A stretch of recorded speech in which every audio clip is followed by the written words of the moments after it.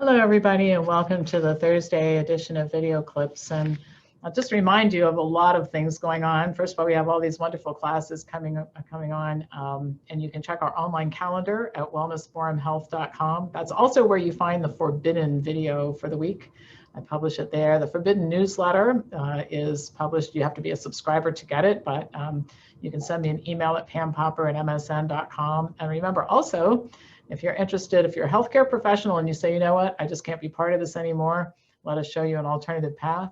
And if you're not in the healthcare business and you're saying, you know what, I think I could have something to contribute to unraveling all of this mess and helping people with their health, we have programs for you too. So once again, pampopper@msn.com. And remember, make Americans free again. We want you to, if you're interested in helping, starting a Thursday group, being involved with our movement, helping with our lawsuits, etc., pampopper@msn.com. Every Thursday, I do a conference call that at noon Eastern time, I show people how to get mobilized. And then Thursday night's meeting night. Well, you can have them on another night too, but Thursday night all over America is meeting night, where we're getting citizens together and we're creating a massive movement, massive. And if you want to hear the whole story, participate in one of my conference calls. It's worth doing just to hear what we have in mind. I think you'll be inspired. I'm inspired. That's why I get up every day and work for 20 hours. I'm inspired about what we're going to do to make the world a better place. And that's, we can take lemons and we can make lemonade. I really believe we can do that. All right, so some of you might be familiar with Tom Woods. I like his talks, I like his articles. And so he shared, I'll just share a little bit of this with you, this piece of an article. I came across an article on Twitter, actually, from a woman named Emily Burns, who just visited Florida from Massachusetts. And I think that when you hear this, you'll understand the reason for my wanting you to hear it. I mean, we are just living in such bizarre times. So she says, last weekend, I escaped to Florida from Massachusetts, the fascist hellhole I'm cursed to call home. Everything you've heard is true. They have real people there, not the zombies that the people of the blue wastelands. People smile, they laugh, they acknowledge you. Join me. I was in Miami, where there's a mask mandate, which is mercifully unenforceable. On the boardwalk, 75% of the people were unmasked. In town, 50% of the people on the sidewalks were unmasked. Miami has lower activity than much of the state, at 60% of normal. It was enough for humanity-starved soul like me. The restaurants are packed, no plexiglass in sight, and only those catering to the most affluent appeared to have any reduced capacity at all.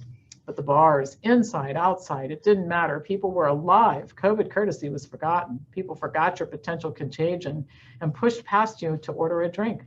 Random strangers butted into your conversations. It was normal. I found myself excited by the smallest things, water fountains that worked, people who stopped to help me up without a moment's pause when I tripped on my 5-inch heels. One of the things that struck me more than anything was resident Miamians' ability to do something as normal as being catty. I was so bemused talking to a woman who's complaining about how fake people there were. It made me realize the social riches we used to enjoy and that they still enjoy. The ability not just to be around people, but to be exposed to such a surfeit of humanity that you might have the luxury of choosing with whom you wanted to associate or not. She talked about how nice it was to be around someone normal. I told her I felt the same way. I didn't mention that now I was just happy to be around anyone at all. It's probably worth noting that the world is a truly bizarre place when you go to Miami in search of normal, or take comfort in being called normal by somebody from Miami. But this is where we are, a world where Florida is a shining ray of hope for humanity.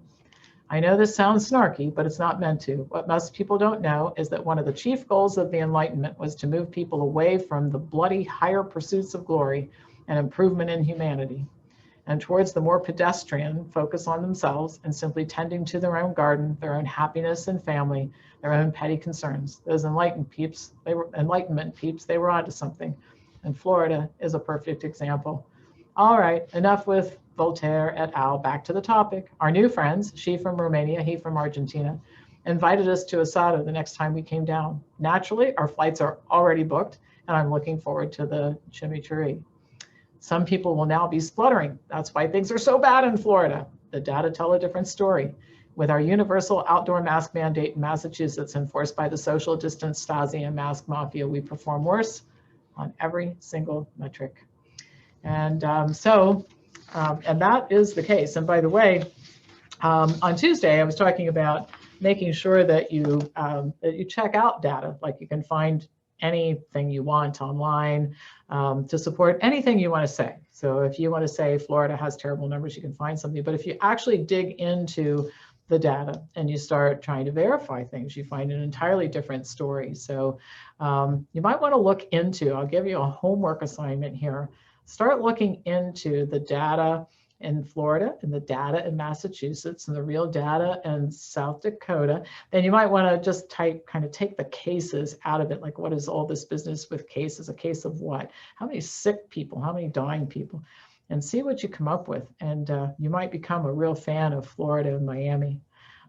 So anyway, just what normalcy looks like, what we've forgotten about being normal, packed places with humanity, people enjoying one another, and focusing on what's important, which is not trying not to die, trying not to get sick. An entire life spent not getting sick and not dying is a fruitless waste of a life.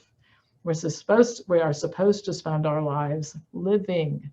So let's return to living. I think that's the way we are supposed to be. All right, pass this on to anybody who you think would enjoy watching it, and I will be back to you tomorrow with more things to say.